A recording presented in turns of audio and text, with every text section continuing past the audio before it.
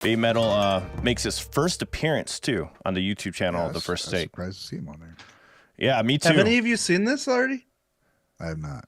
No, I haven't either, but I love First Take. First Take is like one of the coolest concepts out there, so I can't wait to listen to it. I'm very excited to hear it though and see like what it's about. But I was like, want to make sure I was in the right mind before I watched that. But so they're doing the performance of Monochrome, as the channel implies. It's about doing the song in one take for those that don't know. But the cool thing is they have Sue Metal and Mo Metal who take the floor in this studio. They're normally surrounded by white, but in this case, the backdrop is a dark charcoal. It seemingly plays it into the concept of Ragnarok, the mythological Norse apocalypse, which the lyrics are about. I don't know if that's for sure, but this is what J-Rock News says. The same concept is also tightly tied to its new album concept, that we find in upcoming release, the other one. I do know a lot of it's like about that mythology, possibly, but I thought it was speculation. I think Sue said something like it was inspired by Ragnarok or something. I thought. Yeah, but I could be wrong. It's like the end of the world, isn't it? Mm-hmm. Yeah. So the cool, so yeah, like it says on here, it was done with piano. So instrumentally, it features only piano and string instruments, and is a slower pace. It's at a slower pace compared to the original version, which starts off pretty heavy.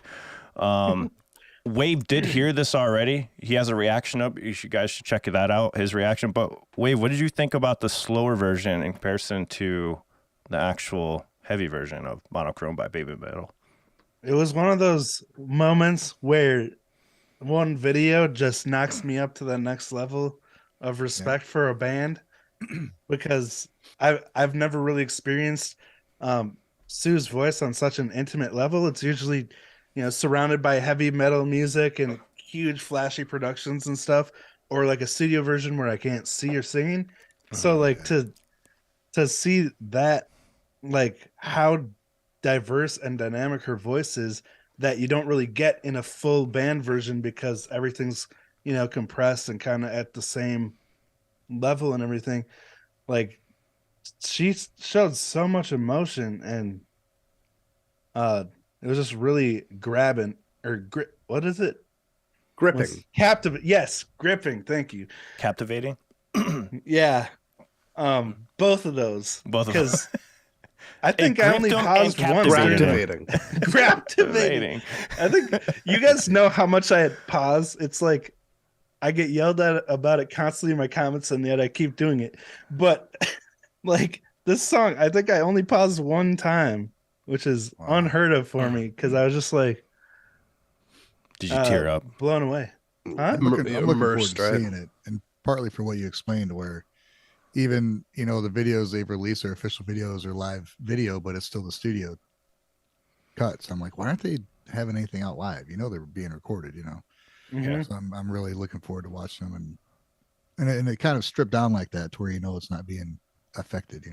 I'm not saying it is. I'm just where, like you said, where it's not the entire band, the whole band. Yeah, it's going to be a unique way to hear it. Nothing's burying her voice or right, and grabbing your attention and pulling it somewhere else. Yeah. I showed it to Rosie too, and sorry, Champ. No, keep going. I showed it to Rosie because we did it on our live stream, and she really loved it too. Like it was stuck in her head, and she was singing the chorus later, the ooh, ooh, ooh, ooh, like the really catchy part, and which was really cool to see, because she's never had any interest in baby metal as they are metal, Would you say they're not anymore? So did it feel alive? What'd you say? Did it feel alive, like when you watched it? It felt intimate, like you were watching someone just like sing at their home studio. Gotcha. Something like that. I mean, why do you ask, Alan? Just curious. I'm just curious. Why would it not? Yeah, that's what I'm wondering, because like I think they do it like that's the thing, right? It's like on First Take, they take literally the first take from beginning to end. Mm-hmm. If they didn't do that, I'd be disappointed, because I'd be like, what is this show? This isn't what they told me. Yeah. Was there any processing that you heard during the first take? Because I know there's a couple First Take videos where they did processing afterwards, or did it sound like all live? I'm pretty sure First Take does pitch correction on every video, because everyone's always perfect. Yeah, they definitely do. You could hear it sometimes. I'm not sure if it's post production or if they have like. Sometimes I've heard like a auto tune that sounds like maybe it's like already on the mic. You know, like Well, that's when they. pretty fucking disappointing. Yeah, I caught it on a couple songs. Somebody was on a Twitch. We were on Twitch, and they're like, "No, they don't do any of that." And then they checked it out, and they're like, "Oh yeah, it does say that they do some kind of processing afterwards." I'm like, Bummer, which is dude. fine, which is fine. But that's why I guess that's why I was asking the question: did it feel live, or intimate? And that's awesome. I can't wait to hear it. For more Gaijin goodies like you just saw, be sure to subscribe to the Gaijin Guys podcast and turn on all notifications to be part of the live stream every Sunday. You can also find us wherever you listen to podcasts, Spotify, iTunes, etc. You can find even more exclusive content and reactions on our Patreon, patreon.com/Gaijin Guys. I'll see you there. Adios.